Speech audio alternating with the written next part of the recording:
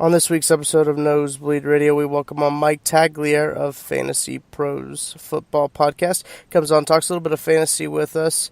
It gives us some sleepers, and we talk some NFL storylines. We also kick off this first part of the show with some NFL preseason talk. There's a lot of storylines going into this, and we talk about it for a good amount of time. After that, we hear from our interview, then talk about some NCAA rule changes for basketball. They're pretty controversial, pretty polarizing rule changes.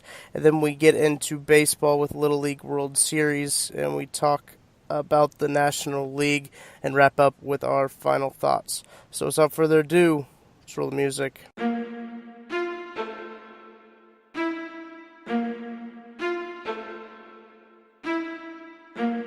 Ladies and gentlemen, may I have your attention, please?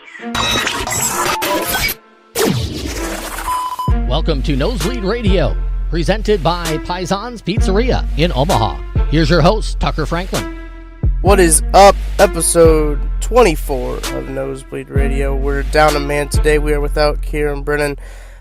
I got my boy Toby Todd. What's up? And Shane Miller. Hey, how's it going, Roll Hawks? And we are going to talk on this first portion of the show a lot about football. I myself have officially declared myself in the mood for football, officially ready. I did that a few days ago after rewatching Last Chance U, the first season, and watched a little bit of Hard Knocks. I can officially say I'm ready for regular season football to start. Oh, I agree completely. I mean, I told you earlier, there's only two seasons for me throughout the year. There's football season and not football season. And we are officially back in the greatest season of all, which is football season. But I've been doing the same thing. I binged all of Last Chance U again. I just finished season 3.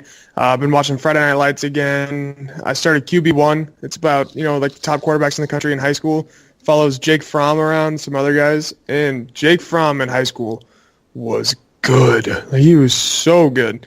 And he just seems like he's like a super nice guy too, so you'd like to see that. But I agree. I cannot wait for regular season NFL. High school season's kicking off here in a couple weeks. College game day on Saturdays. I'm so ready for my entire week to just be filled with football all the time.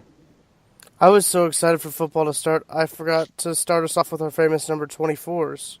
So, Toby, you want to start off? It looks like what we have down here, everyone has a football player. So, Toby, do you want to start off?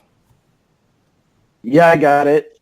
2 Patriots Super Bowl champions, 2 number 24s, both defensive backs. Ty Law, one of the all-time great defensive backs in NFL history. He picked off Peyton Manning 3 times in a playoff game, and he'll forever be a Patriot fan favorite, also a Michigan Wolverine. And then Darrelle Revis recently retired, and he only spent a few seasons with my team, the New England Patriots, but won a Super Bowl, went back to the Jets, secured the bag, and he's going to be living real well throughout all of retirement. He did secure that bag indeed. Mm-hmm. He wore 24 for the Chiefs last year. Yep. He went to a new team. Everybody had to change. Darrelle was wearing 24. I think Sure. that's how you know you've made it as an NFL player, where when you switch teams, everyone else, is like, all right, I'll get a new number, man. You can keep yours. Right. Real quick, this isn't a 24, but it's a flip 42. Just saw him walking in the game. Anthony Sherman for the Chiefs, my new favorite person on the Chiefs team. Fullback, I love the fullbacks. You should run fullback dive every play in the game. Guaranteed win. Guaranteed to get 4 yards every play. Also a mild number from high school, so officially my favorite Chief, Anthony Sherman. But my number 24, I guess to be similar, is Marion Barber.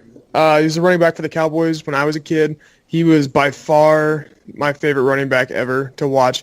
He has the most impressive 2-yard run I think you'll ever see in the history of the NFL. Was that against the Patriots, Toby? Yeah. Yeah, where they were on the 2-yard line, and he got pushed all the way back into basically the back of the end zone and dodged probably the entire Patriots defense to get to the 4-yard line, and it was incredible. So Marion Barber, shout out to my childhood. Yeah, that's pretty dope. I remember he's a stud. He was a real power back. Like, it was almost a guarantee. If it was 3rd and 1, they were going to give it to Mary Barber and he was going to get the first down because he would fall forward every time.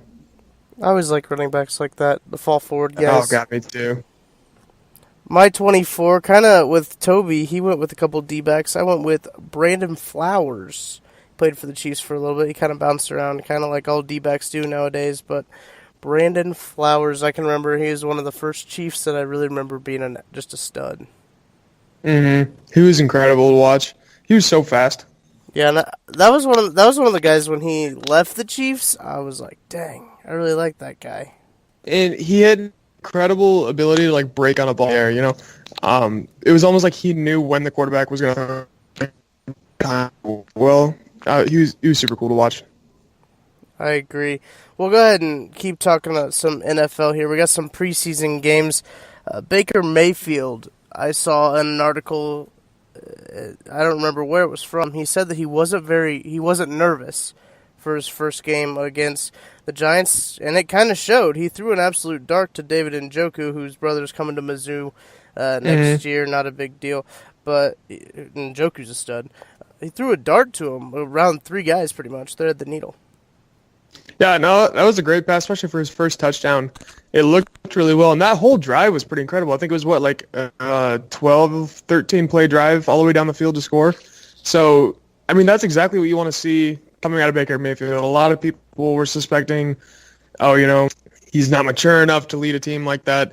He doesn't have the skills and abilities, which I can agree on some of those points. I think he definitely needs to develop in a lot of areas, especially since he's never really taken a snap under center. And we all know how important that is in the NFL to be able to go under center like that. So he definitely has a lot of areas to improve from what I can see because I'm watching the game right now.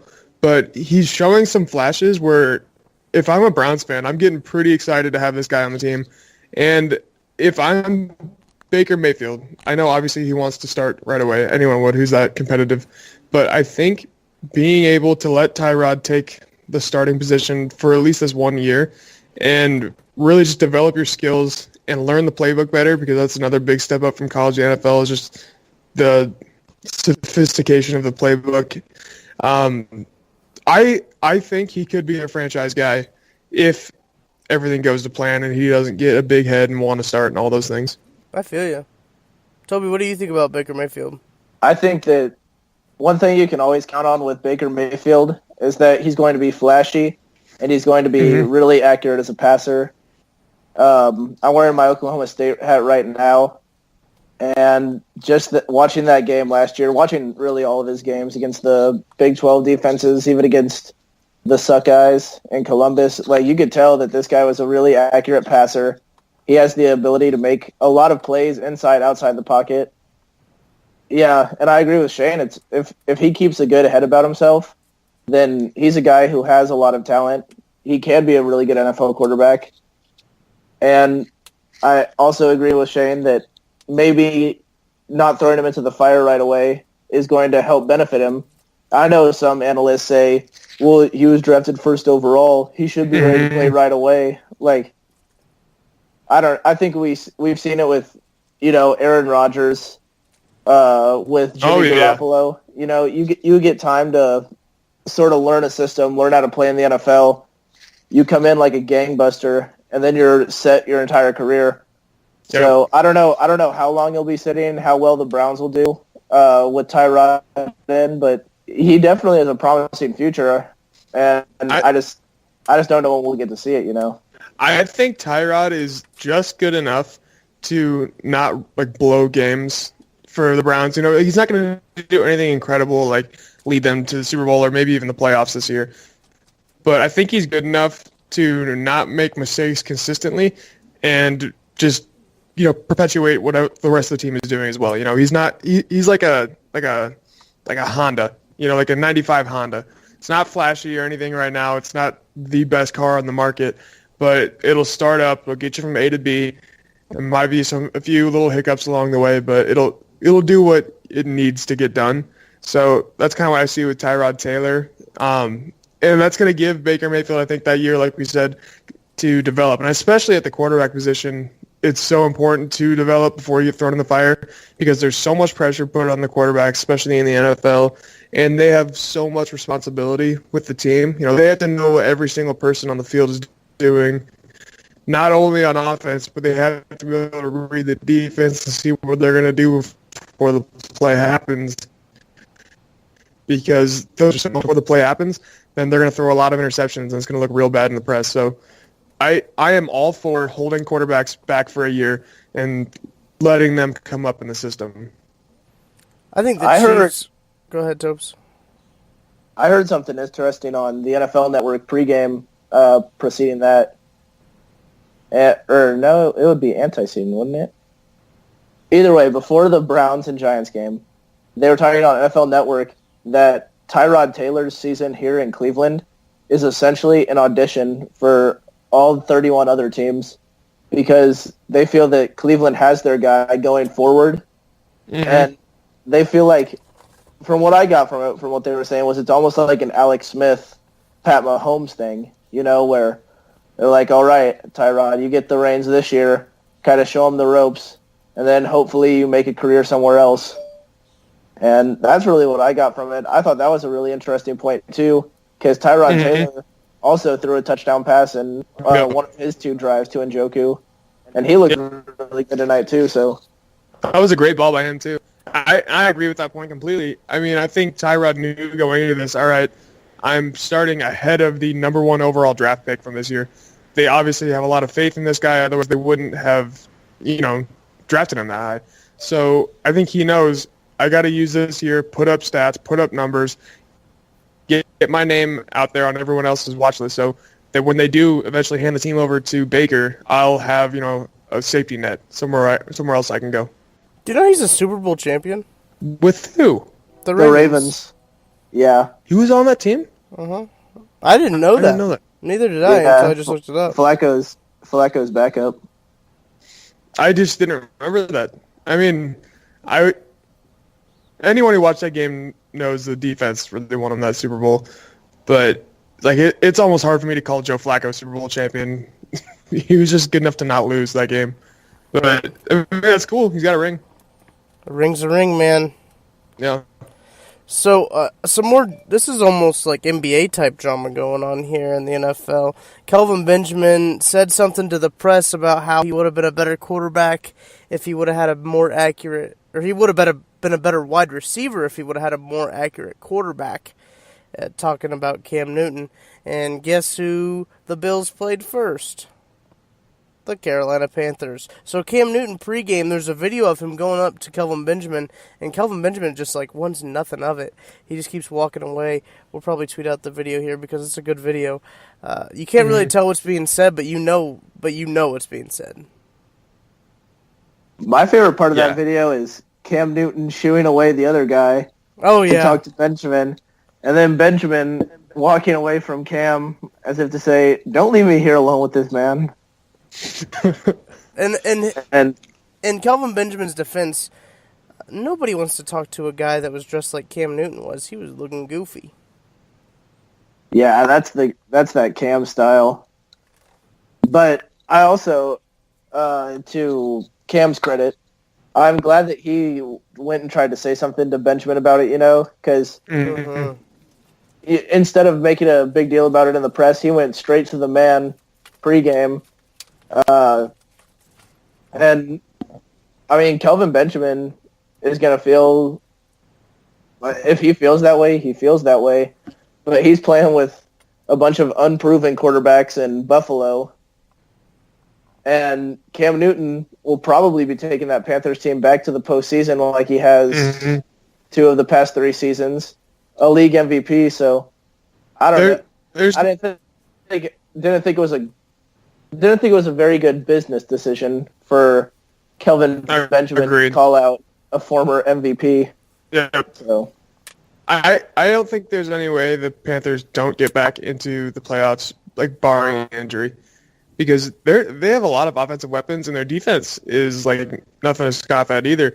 They have probably right now the best linebacker in the NFL with Luke Kuechly, and I mean they're always one of those teams where, like, if they get hot in the playoffs, they're a tough team to beat. I agree with you, especially with Cam Newton. He's such a good dynamic playmaker that he's proven in the playoffs too. He's been there. He's took his team to a Super Bowl. So I think that really anything can happen when it comes down to it. And they have Christian McCaffrey now, who has gotten somehow bigger in the offseason. I don't know if he's lost any speed with the weight he's gained, because it looks like he just put on, like, seriously just pure muscle. The dude's jacked out of his mind now. So, and he was already kind of a different animal in itself. So that's going to be an exciting duo to watch in the NFL, I think. Right. So we ran a poll on our Twitter page about what quarterback story you're most excited to see. There's still 20 hours left on this poll as of 8 p.m. on a Thursday. So you could probably still vote on it if you want, but as of right now we have 27 votes in them. 59% say the biggest story of the year is Mahomes as QB number 1.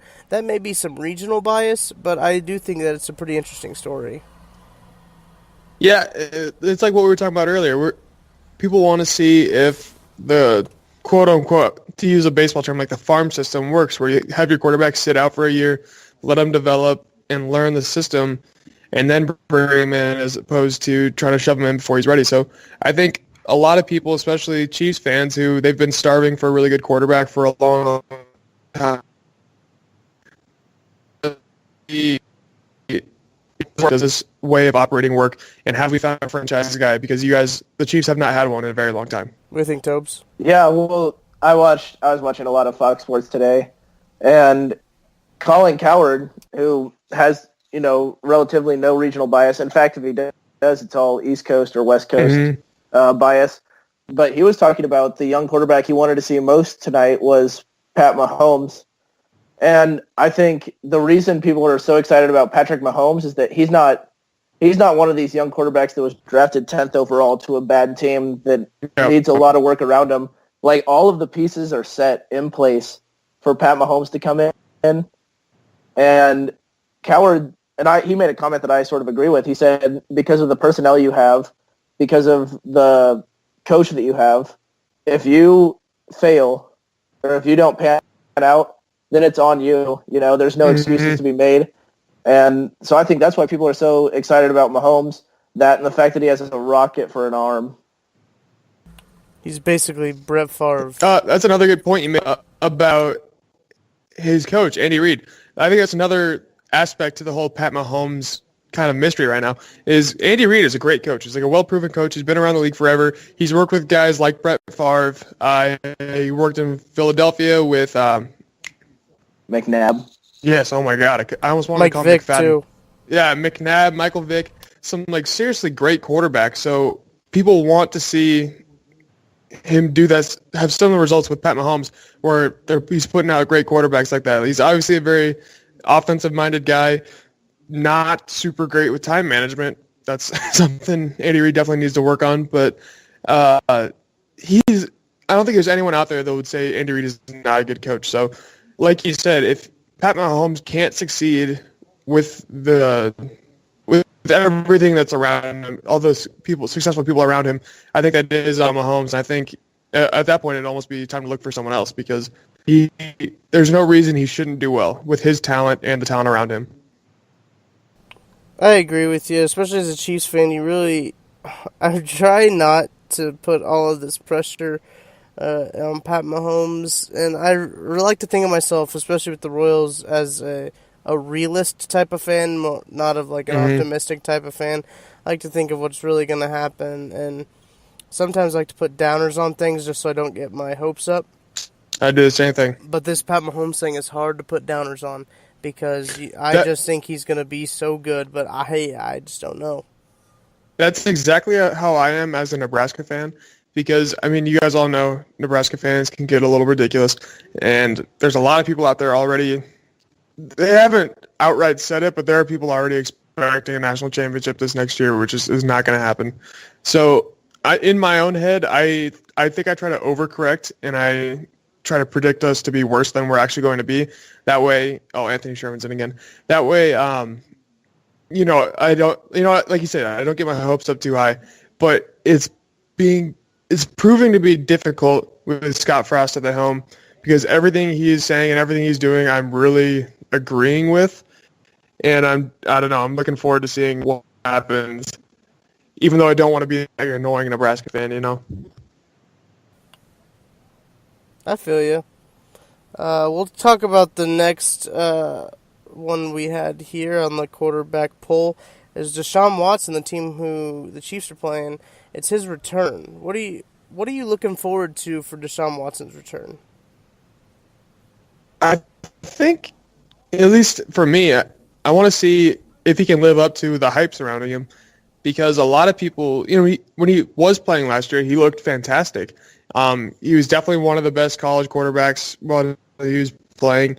Dabo Swinney said he was like the Michael Jordan of football. So there's so much hype surrounding him, and we haven't really gotten to see any of that play out.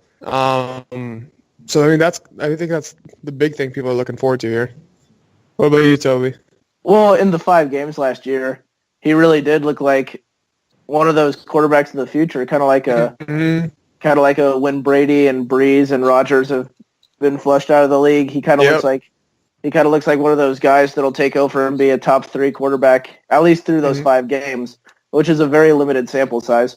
But everything that he showed us in college, and really just everything he's done playing the game of football in the spotlight, would indicate that this guy is the real deal. I think the injury won't be a major setback. At least I hope not. They're the Patriots' opponents week 1, so if he's still got a little bit of rust on him, that'd be great for week 1 of the regular season. But after that, I'm expecting big things. I think that's a guy who is, to me, he was one of those guys that last year was the explosive offensive rookie who this year we should be expecting big things from, because he showed us, even if it wasn't limited sample size, like I understand what he's about. I understand what he brings to a football team. And so I do expect those big things from him. So his return is something that is sort of like an Andrew Luck. Like, I'm just expecting him to come back and be a very good NFL quarterback. It was almost like Dak Prescott his rookie year. He had this outstanding rookie year, and people were expecting a lot from him coming back for his quote-unquote sophomore year. So I'm hoping he has better results than Dak Prescott, because even though he did put up good numbers, people were still disappointed in his year, which I think was not all his fault. He had a lot to deal with that year, just off the field, and as a young quarterback, that's tough to do. But another thing I think that adds to Deshaun's kind of the hype around Deshaun Watson right now is similar to in Kansas City. Houston is a team that has been starving for a good quarterback for forever. I can't even tell you the last time they had like a really good quarterback. I think Brandon Weeden was probably their best quarterback they've had in the last 10 years. So I think Houston fans are just really excited to finally have something going on offense, other than DeAndre Hopkins, who's the best receiver in the NFL. But just someone who can actually make throws to him, I agree with you. On our poll, we had 22% interested in Deshaun Watson return. That was the number 2. The number 2 came up short to Mahomes. The third one that we had registered was at 19%. We had Andrew Luck's comeback. Too bad we don't have KB on here right now. He would love to talk about Andrew Luck. Just was talking to me. He's really excited about this Colts season. It could be a good season for them potentially. It should be. It's another one with a lot of unknowns. Like, the Colts are a team where if everything goes right the way they want it to, they should be really good, but who knows if everything's really going to go the way they want it to, because they got a brand new coach.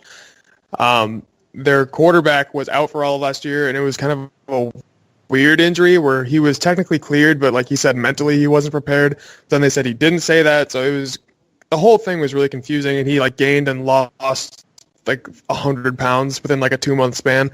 The whole thing was just bizarre. And obviously not something you want to see if you're a Colts fan. So I know Kieran's been getting jacked up just watching videos of Andrew Luck, throwing passes in practice and stuff.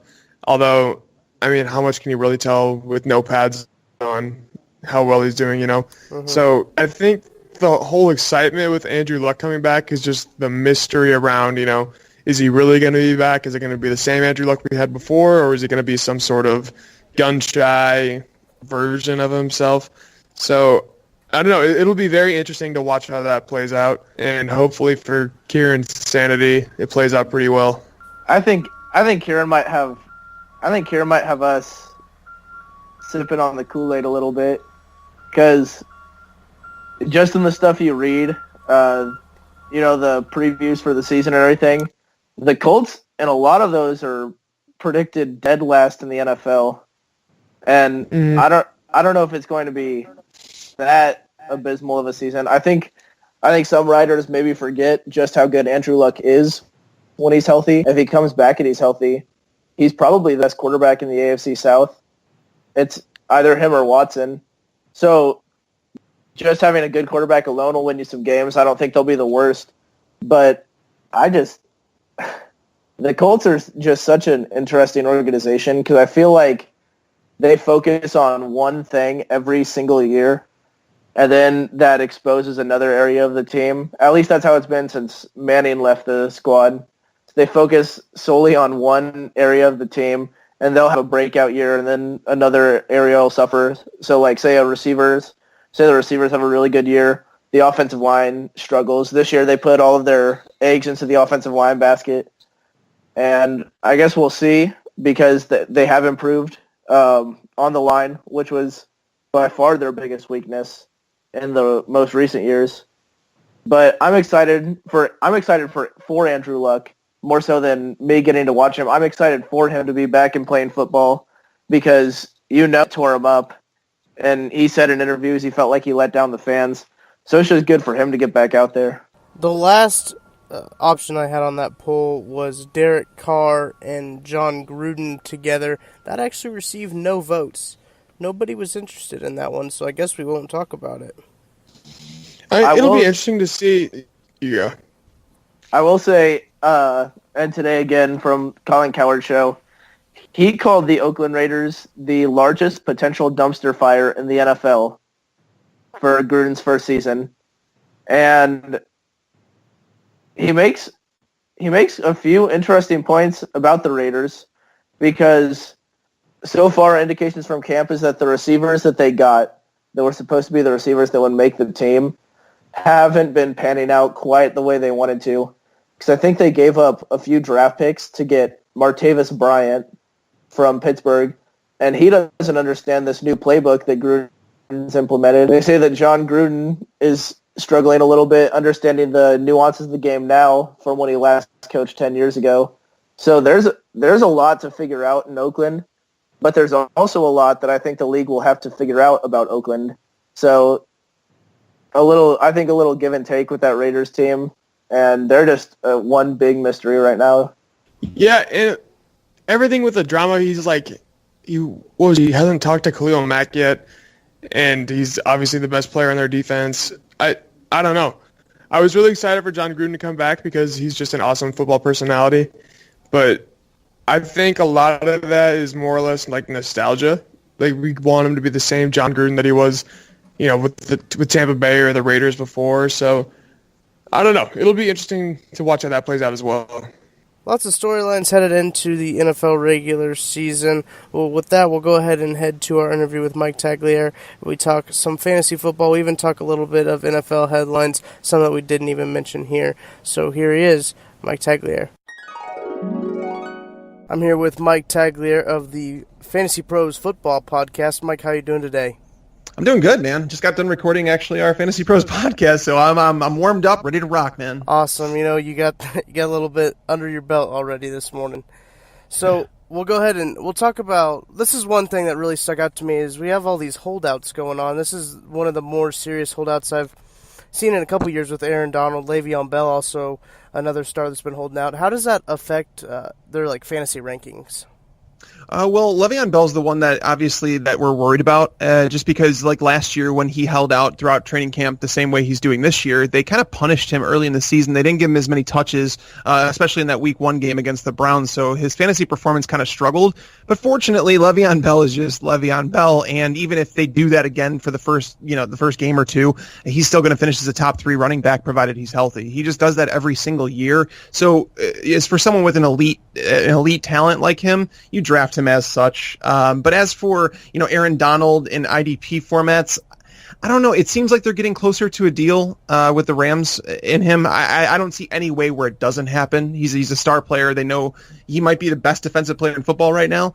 Khalil Mack is another one. Roquan Smith of the Bears. Like, all these players, the teams are eventually going to give in because talent wins in the NFL, and they need these guys in the field. So I tend to approach it with a positive mindset rather than like thinking it's not going to get done, because it's very rare that we see these holdouts go into the season. Right. And what do you think the deal is with the whole Aaron Donald holdout? Why do you think the Rams are just so unwilling to pay him?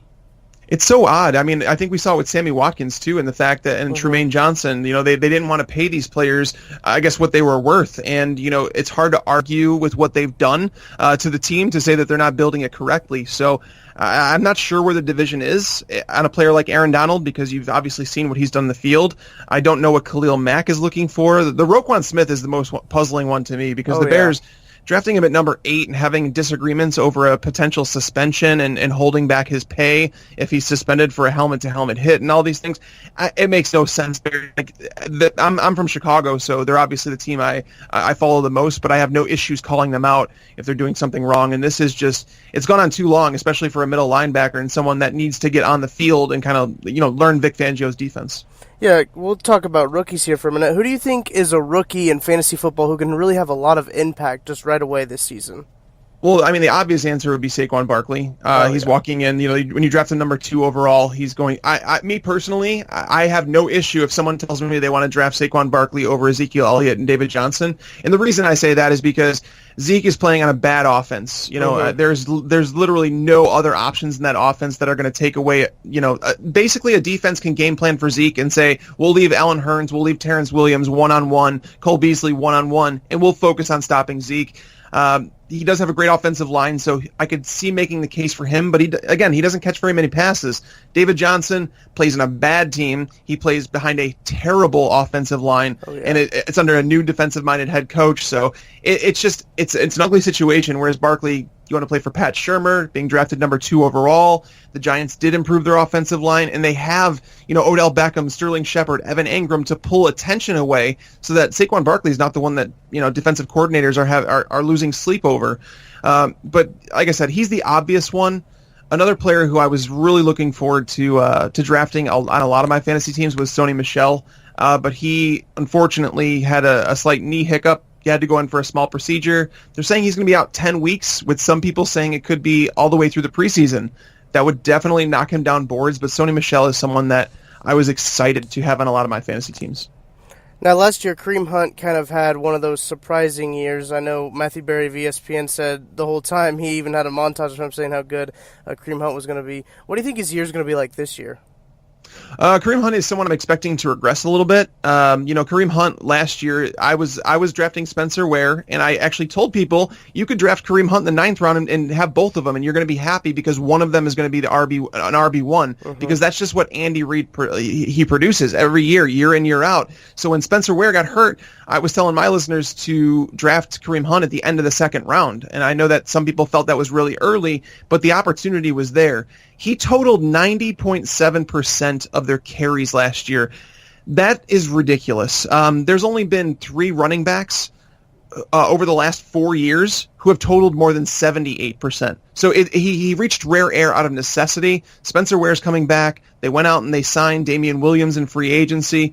Charkandrick West is still on the roster. I don't know if he makes the roster, but he's going to lose some of that volume, and knowing that their defense is a lot worse off this year, they lost a lot of pieces, they're probably going to be throwing a lot more, and they have options in the passing games to where they don't really need to use Hunt in that fashion. So I think drafting Hunt over someone like Leonard Fournette or Melvin Gordon is an absolute mistake. Now, you said that the Cowboys don't really have that good of an offense this year. One of the big pieces that they're missing is Des Bryant. Now, I don't believe he signed anywhere. Do you think he'll sign somewhere before the start of the season? It's getting ugly for Dez. I think he misplayed his hand. I think he underestimated how quickly teams are willing to move on to other options. When the Ravens apparently offered him a 3-year deal, he turned that down, and he said that he wants a 1-year deal. I'm not really buying that. I think he would take a 4-year deal if it was presented to him with enough guaranteed money. But it's now it's so late in the offseason where here we are, August 9th, recording this. if he were to sign with a team tomorrow, he has essentially 3-4 weeks to learn an entire offense, to develop chemistry with a quarterback, to fill a need on a team. These needs are really filled up. I felt like the Packers were a team that should have been interested. I felt like the Seahawks were a team that should be interested, not Brandon Marshall, because I think Dez can still play, but the issue is that it's just so late in the offseason. No matter where he signs, he's going to be overdrafted if he does, just based on his reputation. It's just, no matter what receiver you are, just look at Sammy Watkins last year, traded to the Rams, with just 3 weeks until the regular season started, and then you had Vance McDonald being traded to the Steelers 1 week until the season started. So you saw those players struggle in their first year in those offenses, and it's because they just didn't have enough time to learn the playbook. Now, one of the buddies that we do this podcast with, he's been burnt by Dez Bryant in the past. Who's another one of those wide receivers that could really burn you this year?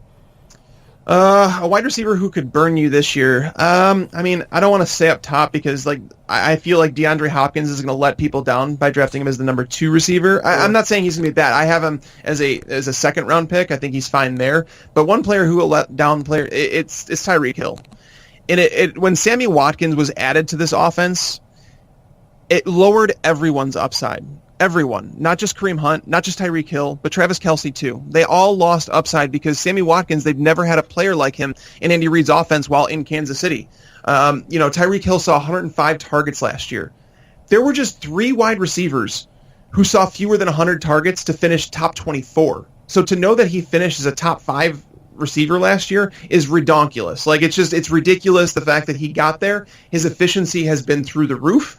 But the thing is that people are telling me, well, Mike, he might not see the most targets, but he's efficient. And then I'm like, well, he has a new quarterback, so is he going to remain as efficient? And then they make the argument that Patrick Mahomes is a better deep ball than Alex Smith. Don't make that argument because Alex Smith was the best deep ball passer in the league last year, and it wasn't even close. He had 1,300 deep passing yards, where Matthew Stafford had 1,100 something. The quarterback rating on those deep throws was great. Alex Smith was a Pro Bowl quarterback last year. He deserved MVP consideration for what he did. Tyreek Hill is a fantastic player. He's good, but Sammy Watkins might be the more complete receiver. So to say that Tyreek Hill is going to see more targets or remain as efficient with all these things going on, it's a real mistake. So I just don't draft him as a top 10 player. If you want to take him, in the late 3rd round, 4th round, I'm okay with that because a lot of players in that range have some risk attached to him, like Amari Cooper. Right. But he's not going to be a consistent wide receiver 1. Yeah, I'm glad that you said that, actually. We are our listener base is mostly Chiefs fans. We're located in Missouri. So as a Chiefs fan, what do you think about Pat Mahomes? I really want to know what you think about him.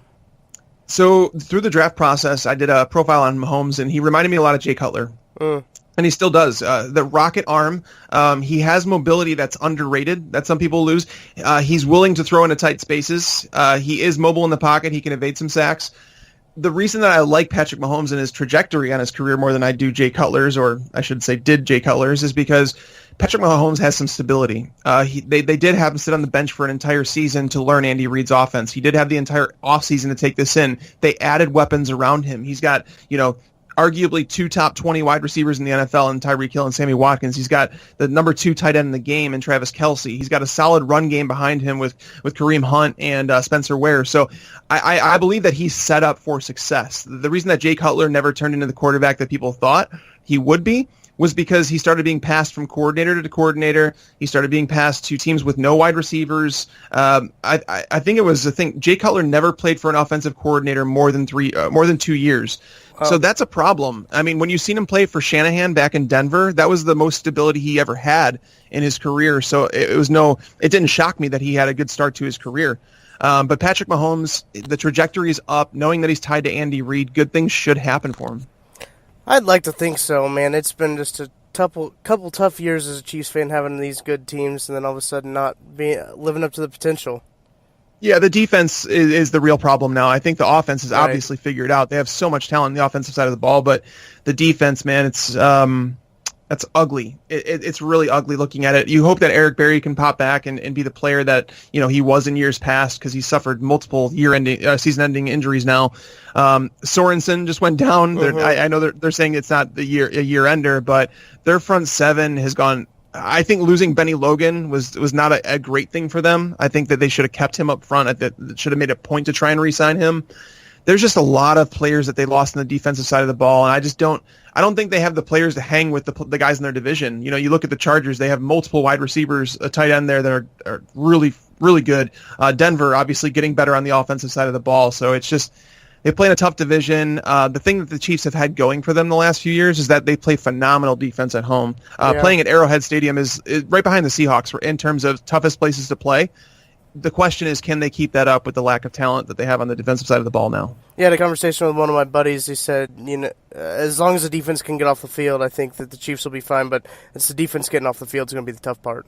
Absolutely. That's the key to their season, right? Because I think the offense can be competent enough, even though it is Mahomes' first year as a starter. I think they'll be definitely competent enough. The offensive line is solid enough, but it's that defense that I believe that they're going to force Mahomes into some bad situations, and they have a tough schedule to start the year too. They're playing in Los Angeles against the Chargers in week 1, and I think it was week 4 against Jacksonville. Like those, for a young quarterback, those are brutal matchups. It should be interesting to see. I'm excited for it. I'm excited for football to start. We'll keep talking about quarterbacks. I ended up at the middle of the year, picked up Ryan Fitzpatrick, and he was a steady quarterback for me. Got me my points. He's just consistent. Who do you think is one of those guys again this year? Just be Mr. Consistent. Alex Smith is one. I think that he's one of the steals of the draft, going as the number 20 quarterback right now in early ADP. I know he's going to a new team. But if you look at Smith over his years with Andy Reid and his years with Harbaugh back in San Francisco, he played with elite defenses. And, you go to Kansas City. We talked about that already. And the fact that Kansas City has been a really good defense for a long time. And all they asked Alex Smith to do is be a game manager, and he played that role extremely well. And then you go back to San Francisco, elite defense. He's going to a Redskins team that doesn't really have that. You have Jay Gruden, who has produced Robert Griffin III. As much as people want to hate RG3, he had some great fantasy years under Gruden. And then you go to Kirk Cousins, who had some serious ups. So knowing that he's walking into the year with a healthy Josh Doxson, Jamison Crowder, Paul Richardson, and obviously Jordan Reed helps matters. Alex Smith, I feel like if you're playing in a 2-quarterback league, you could honestly, I would be okay with Alex Smith and someone like Mahomes or Trubisky. I'd be okay with those guys as my starters. Alex Smith is, in my projections, he came back as a top 10 quarterback. I'm not going to draft him as such because there's obviously a little risk built in there, but I think that he's going to be one of the more consistent fantasy options.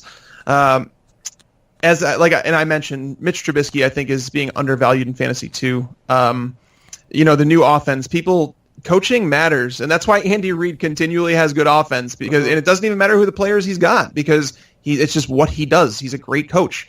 I think Matt Nagy will do something similar in Chicago. When Reid talks about him being one of the best assistant that he's ever had and the most ready for a job.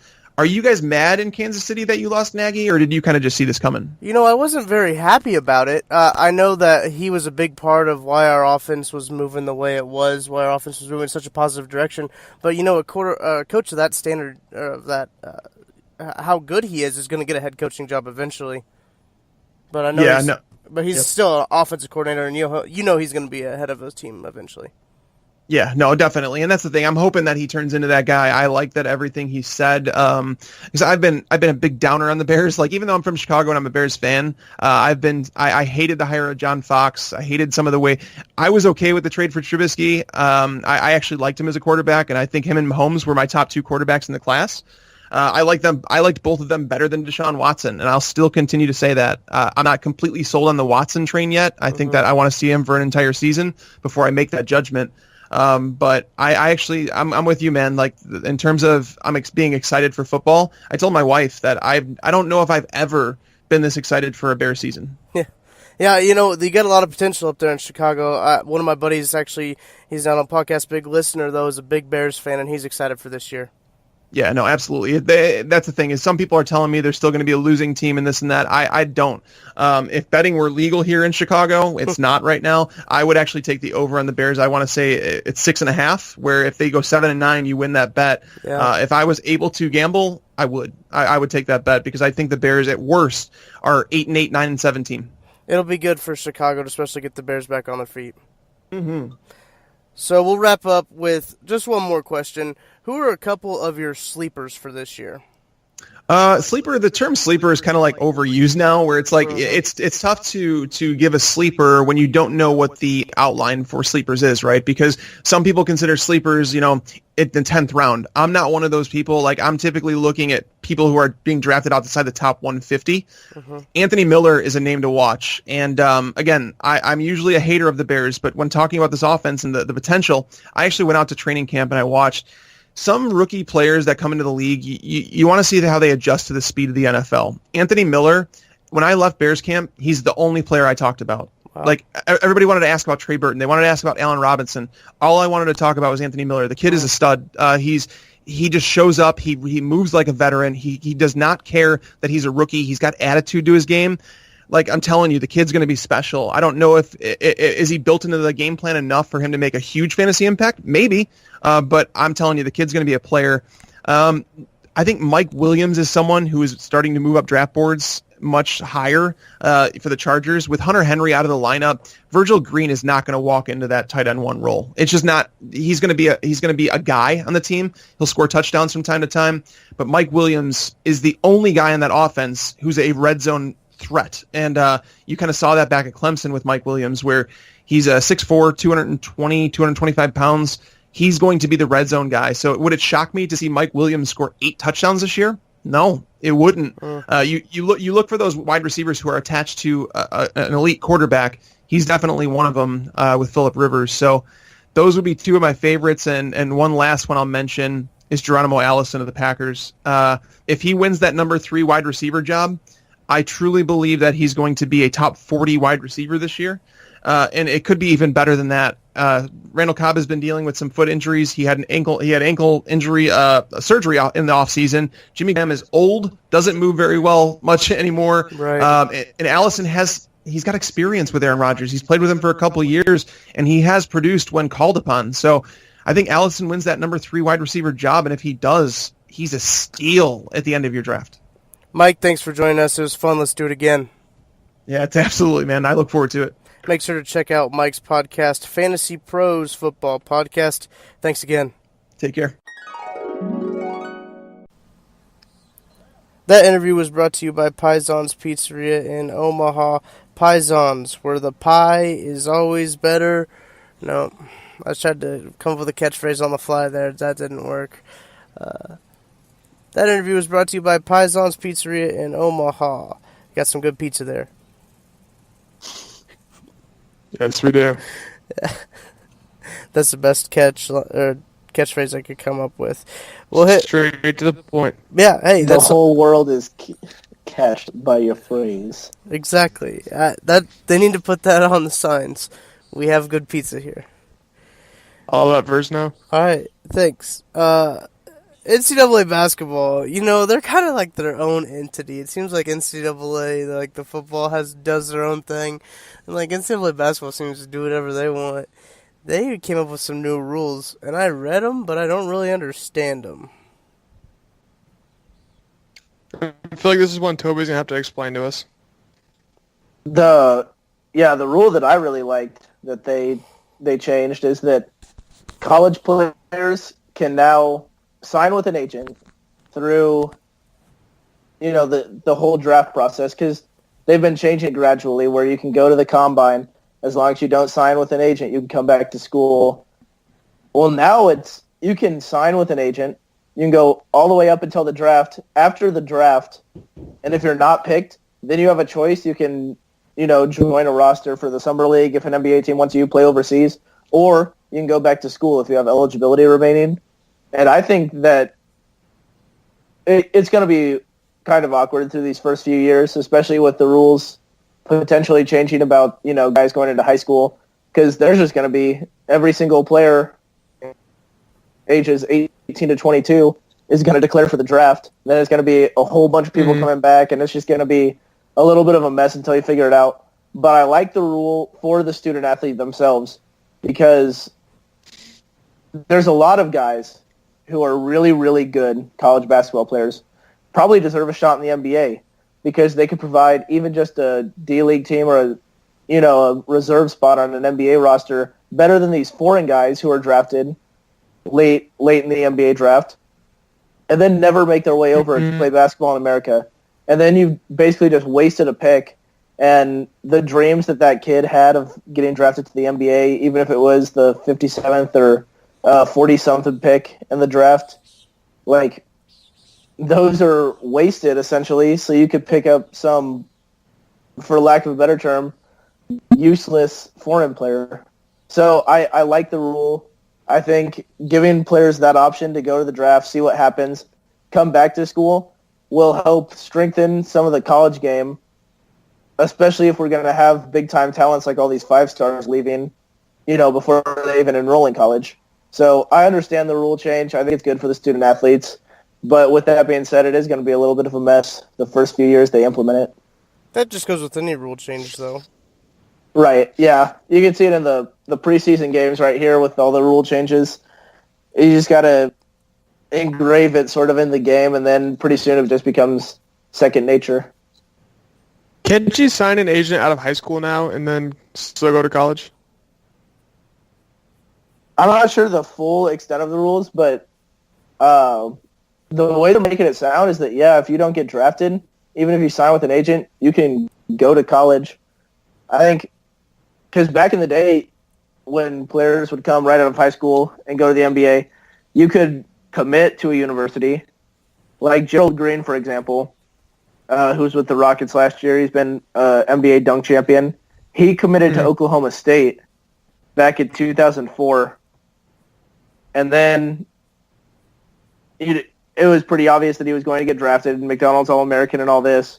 And then he was like, you know what? I'm going to go to the NBA draft because I know I'm going to get picked. But you could commit to the university, and I assume it's going to be more of the same, more of kids will commit to a college, and then they'll say, I want to test the NBA waters. And then you'll get to go back to school, if you don't get drafted, which I think is a really beneficial rule change. Yeah, I think this is going to bring actually a lot of kids back to college instead of just kind of doing nothing with their careers and either overseas or like in the summer leagues or whatnot. Because I think a lot of kids will take that option to go back to school instead of trying to push their luck like overseas or something. I think that's going to be a more alluring option instead of trying to learn, maybe a new system or something overseas or have to move super far away. They can go back home where they're comfortable, still develop their game a little bit, get better skill-wise, and then go back to the NBA the next year. So I do think this is going to benefit college basketball. And another thing, too, is that if the rule is going to be changed where there's no more one-and-dones, you have to stay, like college football, through at least 2 full seasons, well, then you get the opportunity to come back. You're a junior who leaves. You get the opportunity to come back. You're going to graduate from college, So they'll also be sending a lot of these kids who come back out with scholarships, career options following their playing careers. So I think overall for the athlete, it's just a really, really good rule. How do you think this will affect college recruiting? Because if you're a school who does send a lot of guys to the NBA, say like Duke or North Carolina or something, so you're always recruiting new players to replace the players that you're losing to the league, how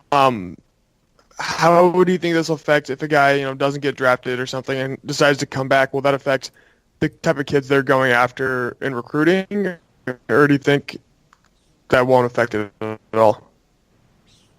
I've actually had this question just with the format the way it is right now, because I always question sort of the kids who go to Kentucky or Duke knowing that they'll play very sparingly. They're good enough to play and start at a lot of other schools, but they play really sparingly at these Kentucky, Dukes, and Kansas.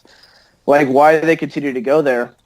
And there's a lot of reasons that they go there, but I don't think it'll affect who they recruit, because sort of the narrative now is if you go there, you're going to have to spend time there anyway, and then by the time you're a junior, you're going to be the one in the spotlight. You're going to be the star there, and I don't think it'll affect the powerhouses in any sort of like negative way. I think you'll still see Kentucky, you'll still see Duke getting the best recruits that are coming back to school that'll play. And that's actually scarier now that they'll play with him for multiple seasons, instead of just getting one go at it. You get a Brandon Ingram Duke team that gets upset by Mercer, and they get to come back next year, it'll be interesting to see how all these rule changes sort of affect the game in college. But I think, looking at it from the athlete standpoint, is what I was doing when I said this was a good rule. So the only rule change the NCAA needs to make is to bring NCAA football back. Oh, the video game. Agreed. Because anymore, I think just the general audience doesn't care if you include names, any of that. There are people willing to take times out of their lives to make full roster updates and send them out on these video games. Like NCAA 14 has all the current rosters on them. People are willing to take their time to do that. Just reintroduce the game. They don't care if they have just the names, numbers, Nobody really cares. Just bring the games back because they're some of the best video games that I've ever played. Oh, yeah. When I used to do the Dynasty, when you could create your own coach and you'd always pick, a school that was at the very bottom. I know Kieran would always choose UTEP. I would always choose North Texas. And I would put recruiting to easy so I could get, the number one recruit. And then I'd make a recruit who's an absolute animal. And then I'd win national championships with North Texas, the Mean Green. And we would just raise hell. I wish it worked like that in real life. Yeah. Those are some of my fondest memories as a kid, is going over to my friend's house and playing NCAA football. NCAA football was the game. The first game that I ever got... It was everyone's favorite. The first video game I ever got was NCAA Basketball, which they made for 2 years.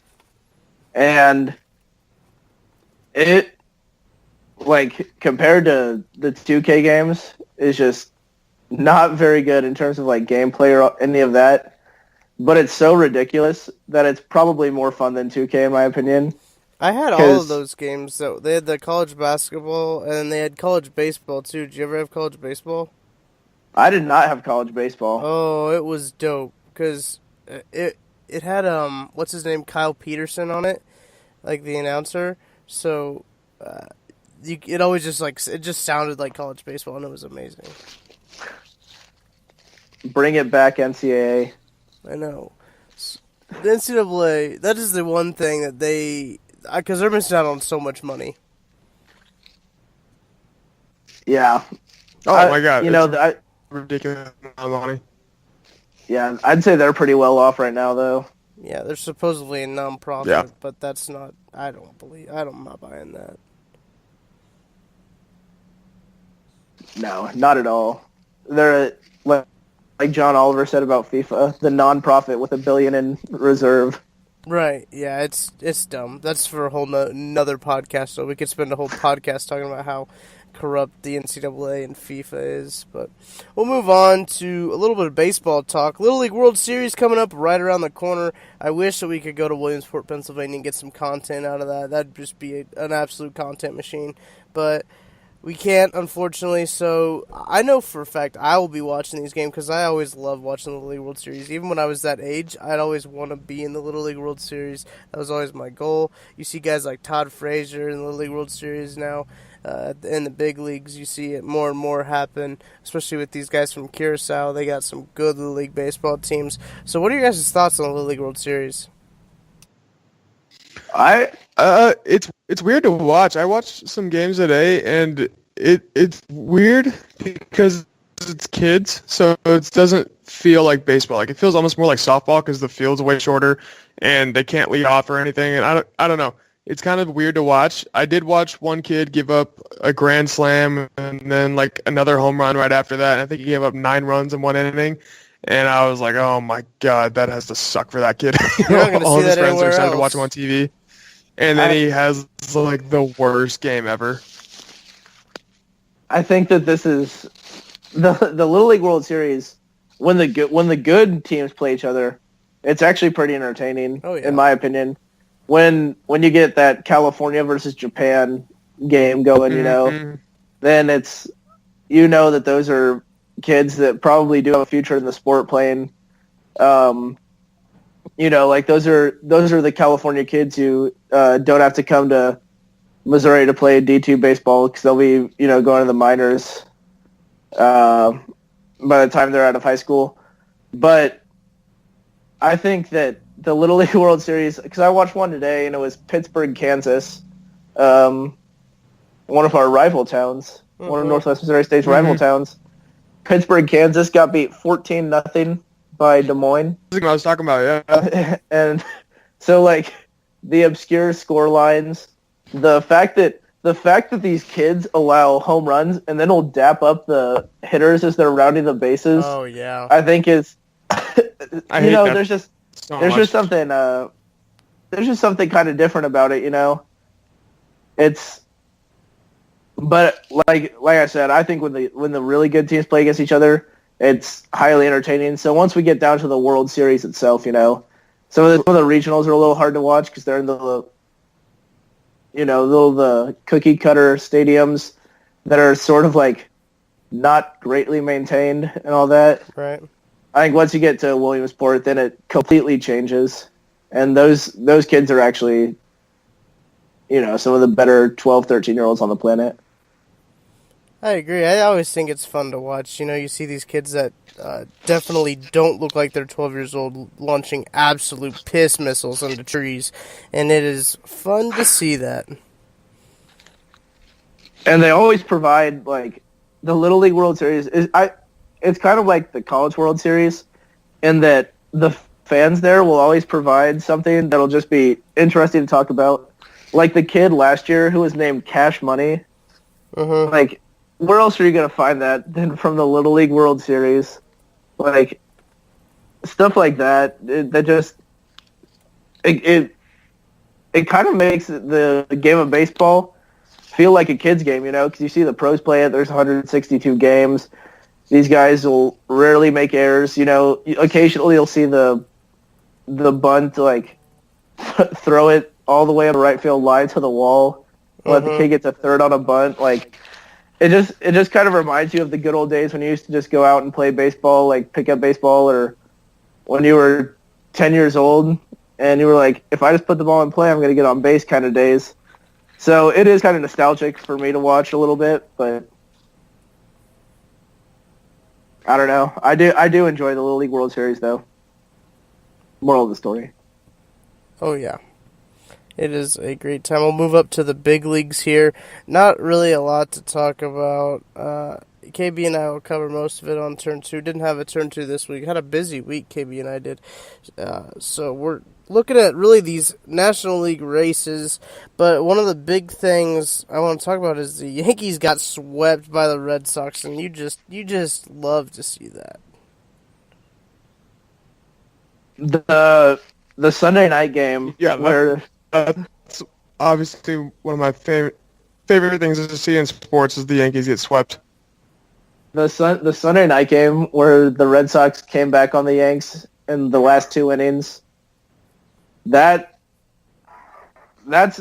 baseball at its peak. A comeback in Fenway in the most heated rivalry in the sport, and the crowd was just so electric. Like, that was baseball at its peak for the regular season. Well, Kieran and I were actually back at home base for us here at Nosebleed Knowledge, and we threw it on, watch ESPN, don't have cable yet, so we had to throw it on the PlayStation, and we actually I watched it on my phone before I turned it on the TV. Greg Bird just absolutely biffing that scoop. Gleyber Torres throwing off his back foot, looking like an absolute fool. And I just love to see the Yankees screw up. I think those are... I don't know if I'd say those are the two least liked teams in baseball, but it seems like whenever a neutral fan is watching a Yankees-Red Sox series, I'd say almost 90% of the time, they are hardcore in on the Red Sox. Like, it is crazy how much people despise the Yankees. Nobody likes them. They're the scum of the earth. Half the people in New York don't like them. That's true. That's a very good point. Mm-hmm. I'll look at the National League standings here. There's a lot of close races. I know that the wild card will be something that'll really probably come down to the last day. Even the American League wild card will probably come down to the last day, with the A's being just white hot and the Yankees all of a sudden on this slide. So I'm excited for playoff baseball. One argument I did see online that I just want to talk with you guys real quick about before we talk about the standings here is, do you think that the wild card is in the playoffs? Yeah, I'd say so. What do you think, Shane? I'm confused about what you mean. What do you mean is the wild card in the playoffs? Is the wild card considered the playoffs? Oh, yeah. I mean, it's better than anyone else. You know what I mean? Like, it's a step above the regular. Right. Does that make sense? Yeah, but the argument for it not being in the playoffs, or not being the playoffs, is that, like, if you lose that wild card game, I mean, you won't really in the playoffs. You're in the postseason, but you weren't in the playoffs. But then you can go on and win that wild card game and win the World Series or win the Super Bowl, you know? Mm-hmm. Yeah, no, I think it's part of the playoffs just because it is postseason, you know? It's do or die. If you lose, you go home. If you don't, you continue on in the postseason. So I would consider it playoffs. Right. Yeah.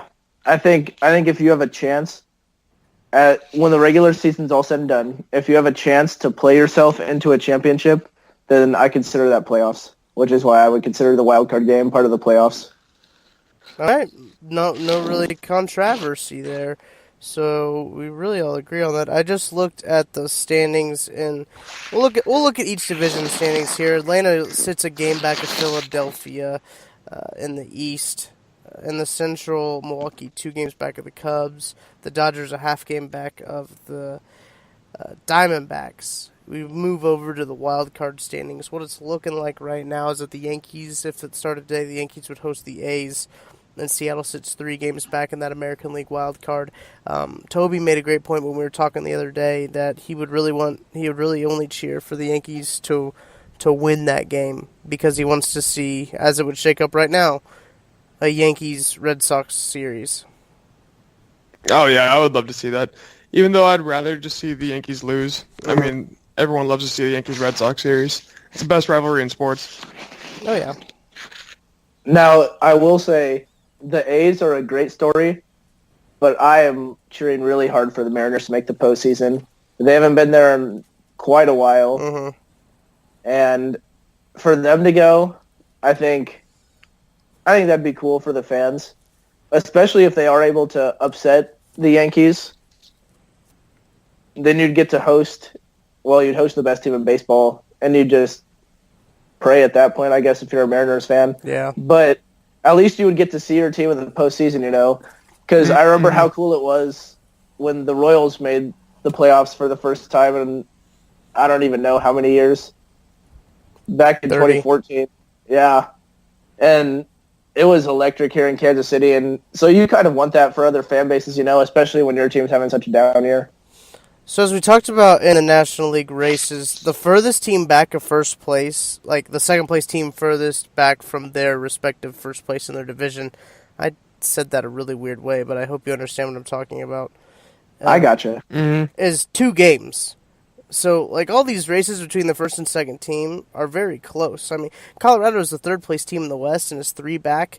There's still a lot of baseball to be played, but if you look at the wild card over there in the National League, it looks like Milwaukee is a game up on that first spot of hosting, and they'll host Atlanta, host the Braves, which would be just an electric game. I'd love to see that.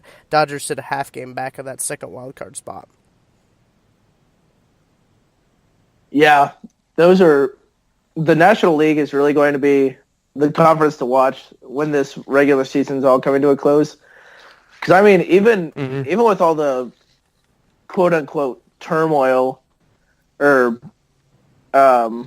tribulations that they faced this year, I mean, the Cardinals are right there. You know, aren't there 4 teams right now in contention to make the postseason from the NL Central? Yeah, so as of right now, obviously the Cubs wouldn't make it. Milwaukee would have the wild card, so that's 2 right there. And the St. Louis is 3.5 back of the second wild card, and Pittsburgh is 4.5 back of that second wild card. Both positions are in striking distance.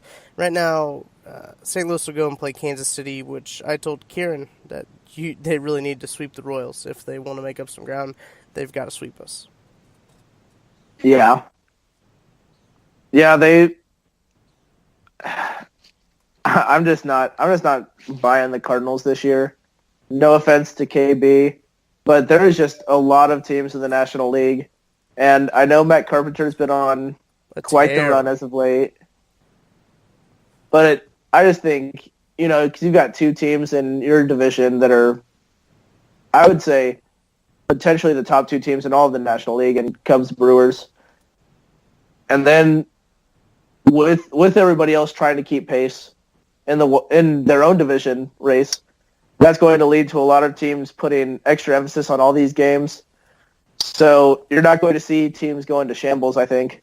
So the Cardinals are going to have to really, really turn it on to make the postseason. I think the Dodgers, who are lurking just outside of the playoffs, have a really good chance of catching the Diamondbacks winning that division. Then that would bring the Diamondbacks into the wild card spot, which would, I guess it doesn't really complicate things, but it bumps teams down if the Dodgers are able to catch up, So there's just a lot that could go on in the National League. I think that's why baseball goes 162 games, so you can get down to this nitty-gritty. You've learned a lot about the teams, and now it's time to see who's made of what as the last 2 months conclude. Shane, you got his final thoughts? Yeah, as I've been doing the last few weeks, my final thoughts are today in sports history. I'm doing today, the day we're recording, Thursday, August 9th, and tomorrow, the day this is released, August 10th. So for August 9th in 1905, Ty Cobb's mother mistook her husband for a burglar and killed him. So that's a whoop. Oh. That's a big-time whoops. Yeah. Big old whoops. Not really something you can just, my bad. And then on August 10th, 1995, so 90 years later, Dodgers were leading 2-1 in the ninth and decided to forfeit the game to the Cardinals. And the fans, I guess, were super pissed, which is understandable. Mm-hmm. Yeah. I think that would... It didn't give me a reason why they forfeit, which seems odd to me. You're in the ninth inning and you're winning. I can't think of a scenario that would cause you to forfeit and not just finish the game out. All out of players. I mean, true. I guess if you ran out of players, that'd be kind of tough to finish the game. Yeah. Maybe they just all got ejected. Yeah, 25 guys. See you later. Yeah. Tobes, what do you have for your final thought? Well, my final thought goes back to our original thoughts today, that it is football season, and we as a group went up to Chiefs training camp, and I think we had a pretty good time, looking at some of the Chiefs. They didn't really do anything too out of the ordinary. Just kind of seemed more of like a relaxed practice, But we're watching the game right now as we're recording, and shout out to Chad Henne, who threw the first Chiefs touchdown of the season. I know it's just the preseason, but Anything is possible. Threw a dime to DeMarcus Robinson, which also ties back into another part of this episode where he talked about players changing numbers. Sammy Watkins stole DeMarcus Robinson's number, so that was also his first touchdown wearing the number 11. So this episode has gone full circle. Yep, Pat Mahomes still hasn't thrown an NFL touchdown. Oh, well, I guess if you count preseason last year. Okay, that's true. Alright, that's fine. I'm okay with it now. I kind of set bad with me when you said Chad Henne scored the touchdown, and I was like, oh, and now it's okay. I feel better. My final thought is a couple of college football stories. Big name in college football, Bill Snyder, not going to retire anytime soon, signed a 5-year deal with the K-State Wildcats. Big old E-Maul goes out to him. That'll make him 83 by the time this contract ends. He's going to die in the field, dude. Yeah, he said that in an interview. He said he doesn't see any end That's what I'm coming. saying. He's going to die on the field. props to him for securing that Rod bag. Smith. Sorry, I'm watching the Cowboys game.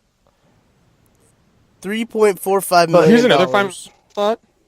All right, go ahead. Here's another final thought real quick.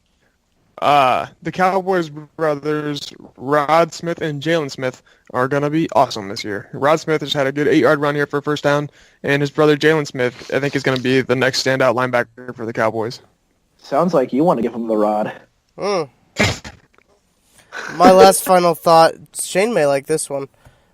They found the suspect who robbed Scott Frost's home. It was a 17-year-old girl. Yep. They believe that there was more people on it, obviously, because she's a 17-year-old girl.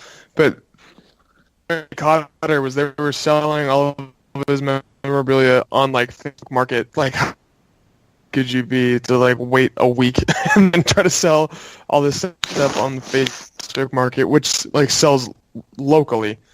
You're selling to people, like, in Lincoln. Like, you couldn't have put up a bigger red flag. Yeah. Kids are stupid. Impatient. Well, go ahead, Tobes. I have one more thing though. So Psych. I was just thinking about Bill Snyder, because you got to talking about him, and another full circle moment. Bill Snyder Pavilion was Mo West, home of the Chiefs training camp. So a whole bunch of tie-ins for me. But Bill Snyder, if he were to die on the field at Kansas State, I think he would be the only coach ever to die on a field that's named after him, and it's Bill Snyder Family Memorial Stadium. So That would be wild. he would die at the place where his memorial is already set. Wow. That's the best way to do it. I think the best part about this whole Bill Snyder story is that he retired and then K-State started doing absolutely terrible, and he's like, nah, never mind, I'm coming back. He couldn't bear to see them be so awful that he said, I have to come save the day again. I have to die on the field to make sure Kansas State football doesn't go 4-8. He's an all-time great. He's going to do it, though. Shout out Colin Klein, QB coach.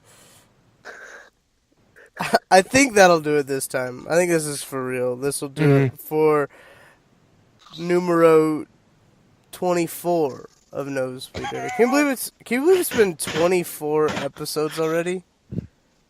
Yeah, that's wild. I was gonna Plus say one, like, oh yeah, we best did have, of. yeah, and we also had the draft recap. Yeah. Yeah, wow. Wow. We've had some episodes. Crazy. I was gonna say 24 in Spanish, but then I didn't know what 24 in Spanish was, so I kind of just had to say numero Yeah, I don't know. 24. I don't know what it is either. Vente Cuatro. Yeah, I think we caught on. Go Rod Smith. Numero 24 is in the books. Thanks for tuning in to Nosebleed Radio. For the boys, Toby Todd and Shane Miller, I'm Tucker Franklin. Thanks for listening. Make sure to like us on Facebook, Nosebleed Knowledge. Follow us on Twitter at NosebleedsKnow. We'll catch you on the flip. See ya.